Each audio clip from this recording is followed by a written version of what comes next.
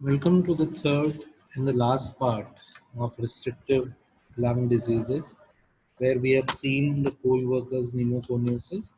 Now we are going to consider silicosis, which is also known as knife grinder's lung. Why? Because usually knife has been sharpened on a surface, granite surface, and uh, fine dust particles do come out of that process, which are inhaled by people who are involved in such.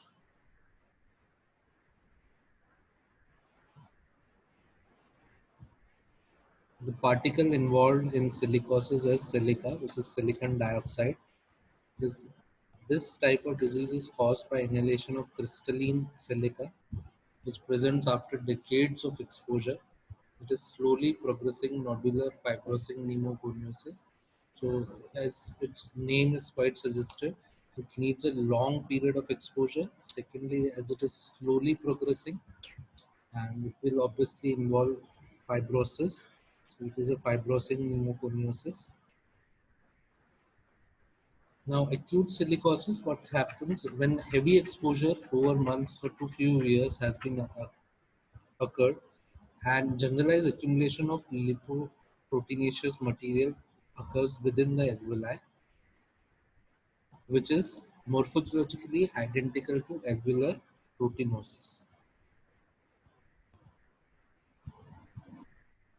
What happens in chronic silicosis is characterized by formation of small collagenous silicotic nodules. So in acute manifestation, there would be deposition of lipoproteinaceous substance within the alveoli, whereas here the nodules, fibrous nodule formation may occur. So which are the occupations which are generally related to silicosis? There are miners, quarry workers, tunnelers, sandbusters, grinders, ceramic frame workers, silica abrasive manufacturers, foundry workers, exposure to pencil, slate, nugget grinding. So any process which involves grinding, mining can be related to silicosis. As you can see, this workers process doing some procedures of grinding and the silica particles. You can see how the silica particles microscopy in the fine electron microscopy looks like. Another worker involved in stone crushing. This is a fine instrument when used to give shape to a particular stone. And this process will involve a lot of dust coming out. What is the pathogenesis of silicosis? Silica is absorbed by the macrophages under the influence as they are having a direct toxic effect. Now these silica particles will activate and they will induce the macrophages to release certain mediators like interleukin first, tumor necrotic factor, fibronectin, lipid mediators, oxygen derived free radical, fibrogenic cytokines, mixed with other minerals, spots has less fibrogenic effect. Example, hematite. So these silica particles, when they enter into the macrophages, they will cause certain mediators to be released. Usually, the appearance of such lung is a circumcised hard fibrotic nodule which is 1 to 5 millimeter in diameter. They are scattered throughout the lung. Simultaneous deposition of coal dust with calcification.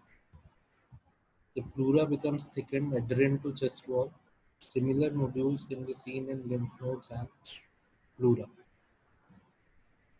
So here on X-ray, we find a typical finding, which is an eggshell shadow. It's a nodular lesion. Why eggshell? Because we can see a solid body and which is circumcised with the neighboring tissue, differentiated with the neighboring tissue. Lesions can be shown of necrosis and cavitation. Is complicated by tuberculosis and rheumatoid pneumoconiosis. So further, what we can see is tuberculosis and rheumatoid pneumoconiosis.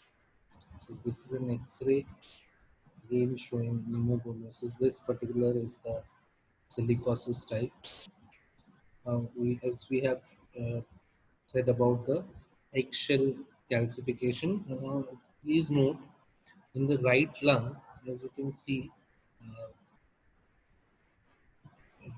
approximately near the sixth and the seventh rib cage, you can see some white spots. Now these are marginally so well defined that you can say that it's an eggshell calcification. This is an advanced silicosis scarring of almost the upper lobe into a small dark mass.